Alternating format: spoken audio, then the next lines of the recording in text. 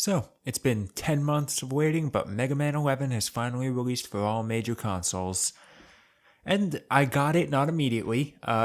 Only ordered it on Sunday because of address things at school. You don't care.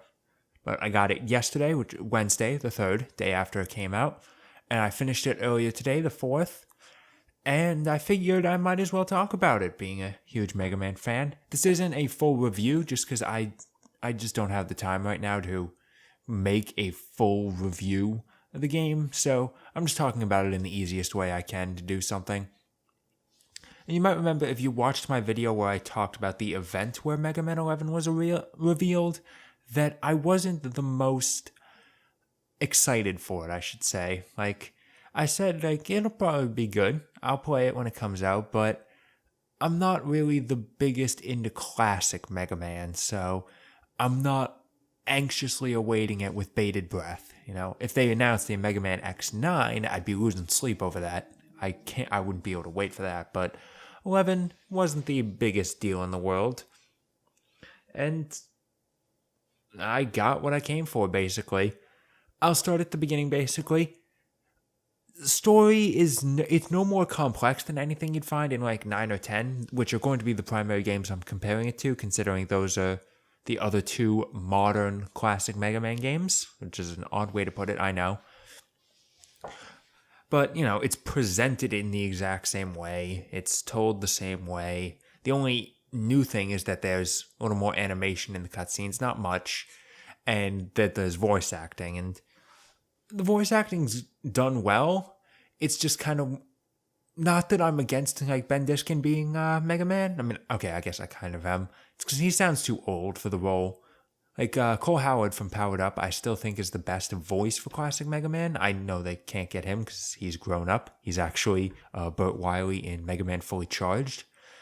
But that sort of young voice role, that's more what I'm expecting out of Mega Man. When I hear a deeper Ben Diskin voice, then it feels kind of off-putting. I guess that's the way to put it. But also, Doug Stone as Dr. Light is kind of weird. Again, not because he's a bad choice for the role, but because I hear him and I think Dayaka from Gurren Lagann. Keith Silverstein, Wily, it's fine. It's better than that really screechy voice he had in Powered Up, but a part of me will always miss Scott McNeil. So the story itself is nothing too complex. I swear it's taking elements from that one episode of the Ruby Spears cartoon where Dr. Wily used an earthquake machine. And I'm only saying that because both Mega Man 11 and that episode, whatever it was, both feature scenes of Wily and Light in their college years. We get to see what they looked like when they were younger. I'm very sad that 11 did not keep those designs where Dr. Wily looks like Nicolas Cage and Dr. Light looks like Mario. That was brilliant, and I'm very sad that that's not a thing now. But at the same time, it feels like it lacks that sort of tongue-in-cheek, we know what we're doing sort of feel that 9 had. I thought 9 did it really well, where it's Dr. Wily somehow manages to convince the entire world that Dr. Light was in the wrong, and he sets up a Swiss bank account for everyone to send donation. Oh, that would have been amazing. If they made a fully tongue-in-cheek Mega Man game, I'd love for it to be that plot of 9, except Dr. Wily opens a Kickstarter. Ooh, actually, considering Mighty Number 9, that might hit a little too close to home, which might make it funnier. I'm just throwing that out there. Yeah, 11 doesn't do that. It doesn't take itself seriously, but it doesn't really have jokes. It's just Dr. Wily remembers this idea he invented back in college and then threw out because no one else wanted it.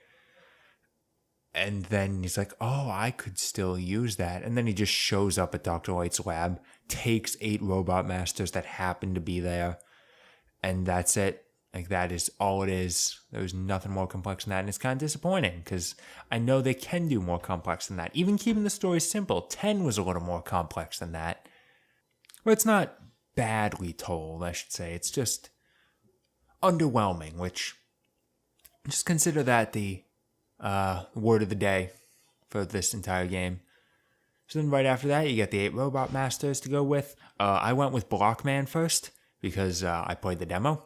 Not much, because I only got it a couple days before the game came out proper, but I played the demo, I knew how to fight Blockman Buster only, so he just made sense for the first pick. And so when I'm talking about the stages, I feel like I should add the disclaimer at the beginning just so you all understand what I'm saying. I played the game on casual difficulty, not normal, because I tried normal in the demo, and I came to the realization like I'm not going to enjoy this if I try it on normal, just because the extra features casual adds are just quality of life things that just make my life easier. Like, they give you 3 more lives to start with, so I'd still prefer infinite lives, but 3 more is fine. It makes it a little bit easier to not have to restart the stage all the time. It refills your weapon ammo upon death the same way every game post 8 has done. I think they give you an energy balancer from the start. Maybe I was just wrong, because it still appears in the shop, but I thought I saw it, so I don't know. And I feel like, and of course it just reduces the damage enemies do, which can really be a good thing, as I had a lot of trouble fighting Blockman on normal difficulty when I played the demo, and I was just like, yeah, casual is just going to make this a lot easier.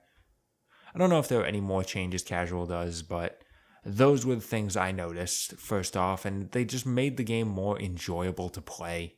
And I don't really have much to say about Blockman's stage, and I don't have that much to say about a lot of the stages, because a lot of them just feel pretty samey. Like, despite the fact that this is a 2.5D game, with modern, not real, I don't know, kind of HD graphics. I mean, it's high definition, but it's not taking full advantage of what the PS4 can do. But either way, modern aesthetics, all of that, the levels still feel like they were built on like an NES. They're all still very clearly squares and hard edges. And I mean, that's fine for like hitboxes and everything, but just in terms of appearances, it feels like it's not fully realizing what it can do. Like, you can add more detail to the environments.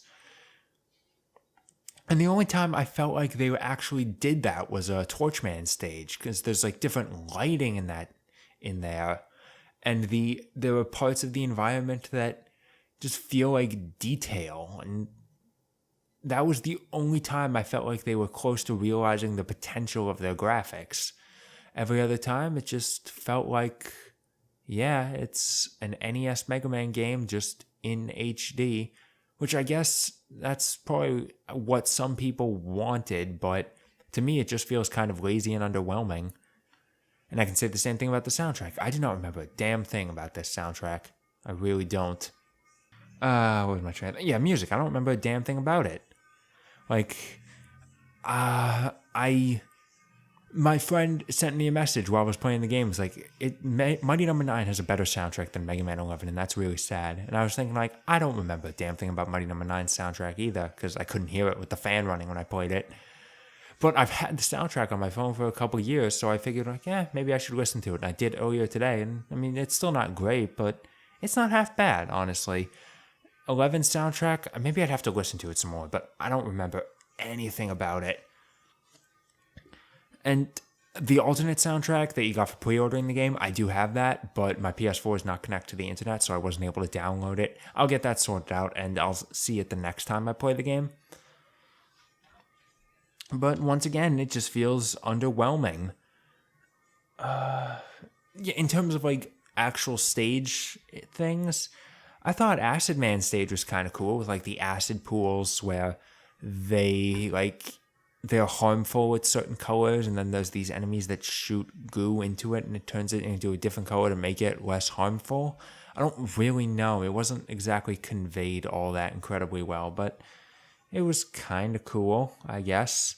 Bounce Man stage is obviously the one that most people are talking about, because it's Spring Man stage from 7 cranked up to 11. Why is my computer falling asleep? I'm recording. Why is my computer falling asleep? It usually doesn't do that. But it wasn't that bad. It was kind of annoying because there's like parts where you have to bounce up the walls and to get into like a gap on one of the walls, but they'll often like bounce you right past it, so you have to purposefully fall back down and then bounce back up and hope you're at the right angle, and it does get really annoying. There's these hands that slap you around. For a while, I couldn't figure out how you did it. There's these parts where you have to fall down and hit a trampoline to bounce back up to another area, but you can't tell where the trampoline is while you're falling, so sometimes you'll miss it. It's just a stage where you don't have as much control, and it's not terrible, but it's not great either. I'm trying to remember some more specific examples from stages. Torchman. Was he the guy I said? Did I say Tundra Man earlier accidentally? I don't remember. Torchman stage is my favorite of the bunch, but it's got these sections where a firewall chases you. It's instant kill. Gave me horrible flashbacks to Burner Man stage from Mega Man and Bass. Same shit. But it's done a little better here. Like, I didn't get caught by it all the time. Just most of the time. Speed gear does help a lot. But even with speed gear, that firewall gets really fucking close. And it's very scary. And I guess that's kind of the point. But again, without speed gear, that's really... Even with speed gear, it's still really difficult to do. I'm trying to remember the other stages, like Tundra Man, Volt Man. Blast Man. It wasn't a bad stage. I kind of like the theme park aesthetic that they had for a tiny bit. Not much. But the gimmick is just Grenade Man stage. That's all it is the exact same thing. And they play with it a little more than Grenade Man did, but I couldn't help but feel looking at it like I've seen this all before. And I played all 8 of these stages yesterday, and I already don't remember a lot of it. Like, what was Impact Man stage? Maybe I remember it. The problem is, despite the fact that I played it 2 years ago, when I'm trying to think of what Impact Man stage was, I just think of Mix stage from Mighty Number 9. I played that game 2 years ago, and I played Mega Man 11 yesterday, and I still remember Mighty Number 9 more. But, I mean, the stages are forgettable. That's all there is to it. Like, every once in a while, you'll see something that's kind of annoying. I think it was a Bounce Man stage that has the enemy that comes out of pits when you're, like, over them. But it doesn't work like the other Mega Man games where it's like you get close and then it comes over. Like, you have to go over the pit before he'll come out, and then you have to go back. And then it's not like you go back over it and he'll come back out, like, even once he goes to the bottom. Like, you have to wait for a little bit. And that screwed with my timing, because that's not the way it works in the earlier Mega Man games. It caught me by surprise, but it didn't feel quite right. What else is there to say? I mean, I guess I can talk about like general gameplay stuff that you notice when you're playing the stages. Mega Man's control is not exactly right.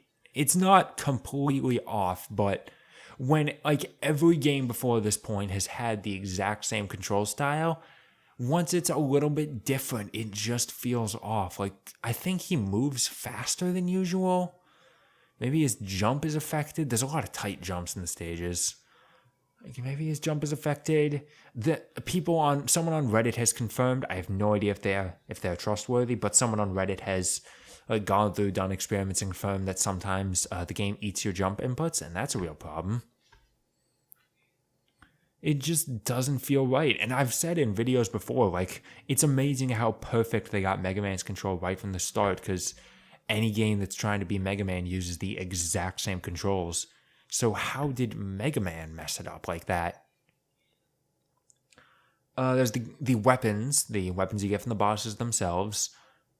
Some of them are useful. Like, I got some use out of Blockman's weapon. I got some use out of Voltman's weapon. And I imagine you probably could get some use out of Bounce Man. But, like, Tundra Man's weapon is so short range. Torch Man's weapon is really hard to hit with. Blast Man's weapon is so hard to use because it works off a timer. So it's really kind of annoying. Like, I wish that it had the ability like the Drill Bomb had in 4, where you could hit the button again while it was in midair to detonate it prematurely. No, you can fire multiple bombs. I don't know what the actual weapon name was. Acid Barrier isn't bad. It's another shield weapon. And it's another shield weapon, but it, again, feels inferior to, like, the Jewel Satellite from 9, which is amazing. Both because it takes a second for him to activate it, which, during Impact Man's fight, is really annoying. It goes away if any enemy touches it. If you don't have power gear activated, the shield itself can't hurt enemies, which is like what every other shield has done. But once you have the shield activated, Mega Man gets the ability to start shooting acid. It's like, why doesn't he just do that normally? Why is it a shield? Or why does it have that shooting at all? Like, I prefer, even if it's short range, I prefer to use the shield to just hit the enemy. I mean, it's not bad. It's decent at deflecting projectiles, not really deflecting, but just dissolving them entirely. Like, projectiles all makes you invulnerable to projectiles, which is nice, but it wears off after a little bit. Again, unlike, say, Jewel Satellite, which lasts for as long as you're on the screen, which I understand would be kind of broken in 11 because screens are a lot bigger than they were in previous games. Or, Jewel Satellite also went away if you touched an enemy that wasn't instantly killed by it. And then there's the double gear system. It's an interesting idea, and there definitely are uses for it. You do need to get used to it to avoid a lot of things. But it's really only speed gear, because speed gear slows the game down and lets you react to really quick things, or it lets you get through tricky platforming obstacles, because the game loves to throw a lot of tricky platforming obstacles with a bunch of enemies shooting at you. So it's good to get through those and weave between enemy shots and patterns. Power gear I never saw used to, I admit. I try using it against Blockman, but first off, just a tiny little complaint I have with it. If you're already charging your Mega Buster and then you go into power gear, you lose the charge and you have to start charging again. And I guess that's a balancing thing. They don't want you charging up a shot regularly, going into power gear to fire it off and get the extra damage, and then immediately going out so you don't use gears much. But that's what I want to do. That's the point. I want to trick it. And it means you have to stay in power gear for a while, using up your time, because the gears wear out really quickly, way faster than they should. And it just makes power gear kind of useless. You can use it in conjunction with your weapons, which is kind of cool to make them more powerful. But I didn't use weapons that often anyway, so it just didn't feel quite right. Speed gear was better, but again, it just runs out so quickly and it takes so long to recharge. There's a part you can get, which I didn't realize there were parts until I got to Wily's Castle. So that's there. But it just felt kind of, I don't know, it felt like it wasn't balanced in favor of the player. It felt like they were it felt like they designed it, they realized we made this overpowered, and then they nerfed it so bad that now it feels like it's stacked against the player instead of stacked for them, instead of actually being balanced. And then then there's the Wily stages themselves. Everyone who's played the game now has horror stories about Wily Stage 1 because it's a really long stage. It's very easy to, it's long. There's a lot of very tight platforming with the gears you have to jump on. There's a lot of enemies shooting at you in those tight platforming sections. And then the boss at the end is a yellow devil. I got his pattern. It took me a little bit, but I did get it. Speed gear does also help a lot. But my problem is, I don't know if he has a weakness. I tried every weapon and nothing felt like it did damage. The only one I never hit him with was the bomb because it works on a timer and he's vulnerable for such a short time. I ended up just finding it was best to use the Buster and not power gear because he's vulnerable for so short time. You don't have the ability to activate power gear without it burning out, charge up a shot. And no, even when I tried power gear, he's vulnerable for such a short time. I could only get that first shot off before he went back into hiding. And he is just really difficult to fight because then he has his desperation move, which is just, again, once you know it, it is very pattern based, and I'm thankful for that. That's something I've always liked about the devil bosses. It's you get the pattern, they become really easily. I showed that off my Mega Man 9 live stream. Yeah, the Twin Devil's a devil, but I know his pattern like the back of my hand. He is no fucking trouble. And Yellow Devil in 11, I'll give it that, but he's so difficult up front. He's a wall. And he's at the end of such a long stage. And Remember, on normal mode, you only have 2 lives. You'd have to buy more. And he does so much damage on normal mode that he becomes just such a huge wall on normal difficulty. The stages past that aren't too bad. And the Wily stages do have very nice quality of life things. First off, you get breaks between the stages. Like, between each stage, you're back to the menu. You could go back to previous stages. You can go to the store. You can save your game. That's nice. I don't have to do the entire fortress in one run. Good on them for that. And then there's also the fact that it's really only 2 stages. Like, the 3rd stage is just the boss rush, and then the 4th stage is a little bit of platforming, and then it's just the final boss. And so I'm happy with that. It's not like if you're playing on normal, you struggle just to get to Wily, and then he kills you, and then you'd have to do the whole boss rush again.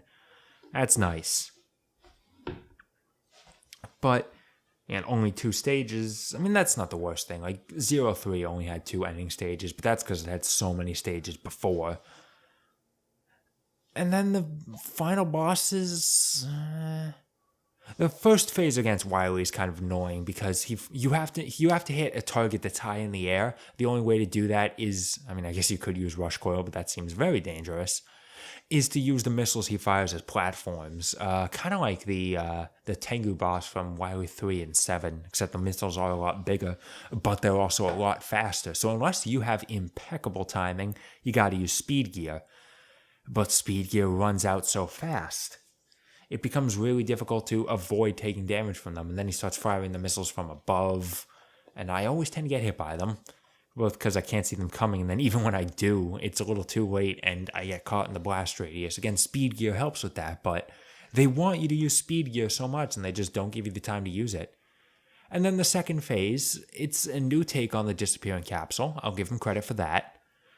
But he has this shield that you have to time your shots to get through, which a speed gear helps with. But then you get to his final desperation phase, where you just start zooming across the screen, and you still got to get past his shield.